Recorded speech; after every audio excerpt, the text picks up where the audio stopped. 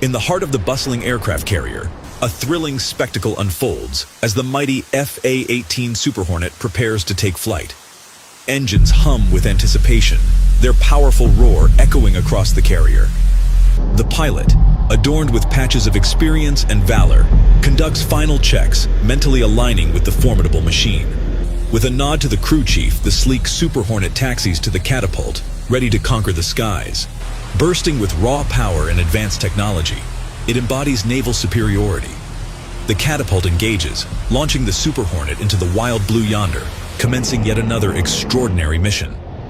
With the carrier's wake fading behind, the Super Hornet soars as an unwavering symbol of courage and capability, safeguarding freedom from above. The roar of jet engines pierces the air as the sleek and formidable F-A-18 Super Hornet tears through the skies.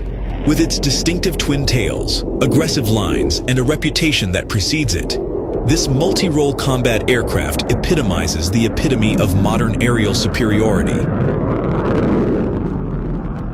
Meanwhile, in a strategic move announced in February, the United States Navy made the decision to reduce production of the legacy F-A-18E Super Hornet. This move aims to expedite the development of the next-generation carrier-based fighter program, underscoring the Navy's commitment to remaining at the forefront of aerospace innovation.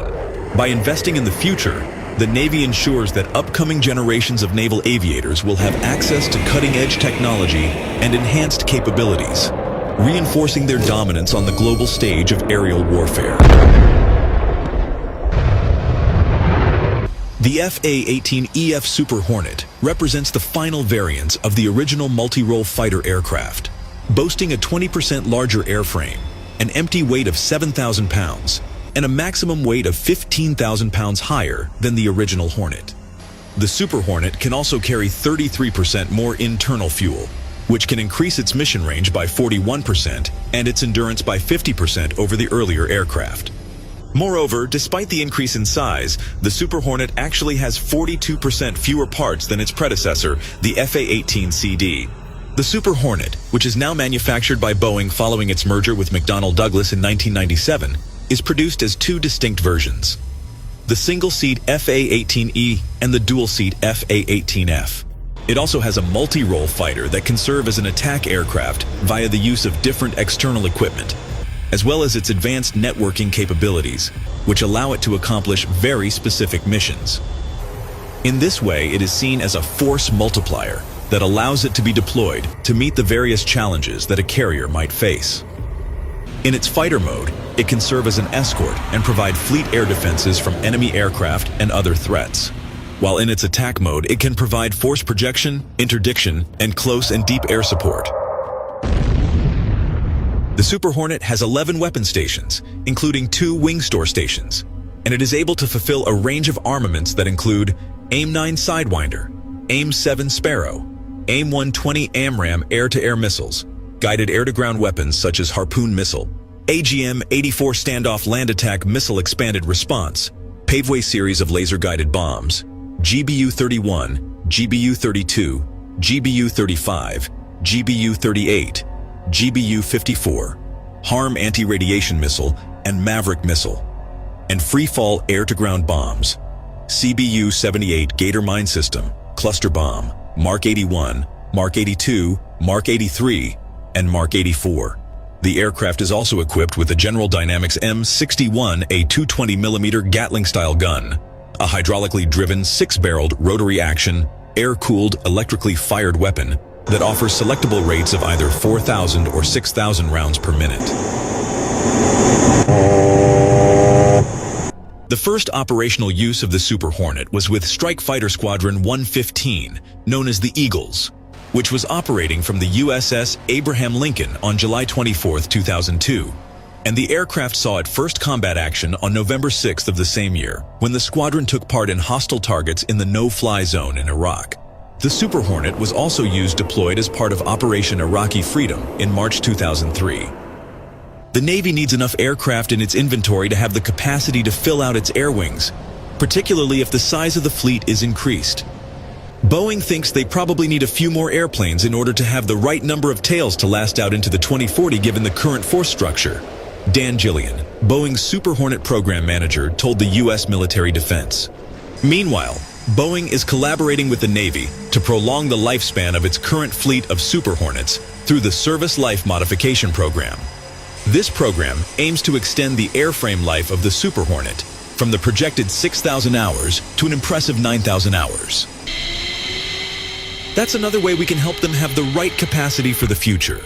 Despite the Navy's decision to stop further production of the A-18E Super Hornet, it will remain the primary strike power from U.S. carriers for the next decade. The new Block 3 Super Hornet. The new Block 3 aircraft is a more modest proposition that is designed to support the rest of the air wing, including the Lockheed Martin F-35C Joint Strike Fighter, Northrop Grumman E-2D Advanced Hawkeye, and the A-18G Growler under the Service Naval Integrated Fire Control Counter air construct. The Block 3 takes the existing upgrade path for the Super Hornet, including biennial hardware and software upgrades, and expands upon those.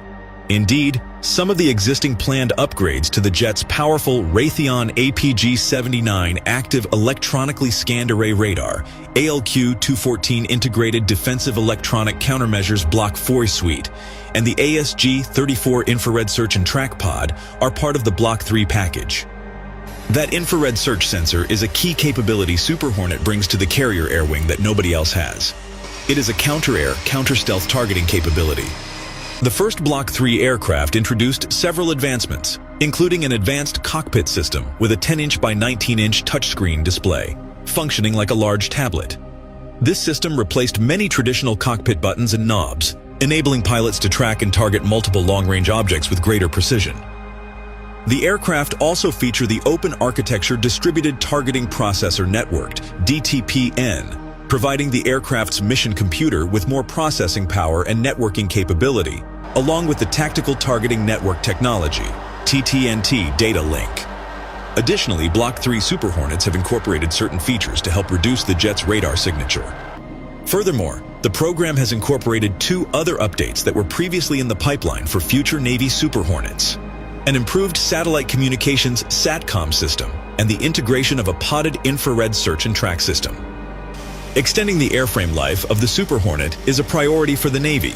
The Super Hornet, with a 6,000-hour service life, has been heavily utilized over nearly 20 years of conflict in Iraq, Afghanistan, and Syria. This extensive usage has worn out a significant number of Super Hornets, resulting in lower readiness rates and leaving some examples with little remaining useful life. The Block 3 Super Hornets have an airframe service life of 10,000 hours, while Block 2 Super Hornets undergoing Block 3 modifications will receive an additional 4,000 hours of service life per jet. Furthermore, the Block 3 Super Hornet was initially planned to feature shoulder-mounted conformal fuel tanks capable of carrying 3,500 pounds of additional fuel and reducing drag, thereby enabling the aircraft to operate longer, fly faster, or carry more weight. However, this option has since been dropped. While the production of the new Super Hornet is expected to cease after 2025, it is important not to overlook the fighter's significance in future combat.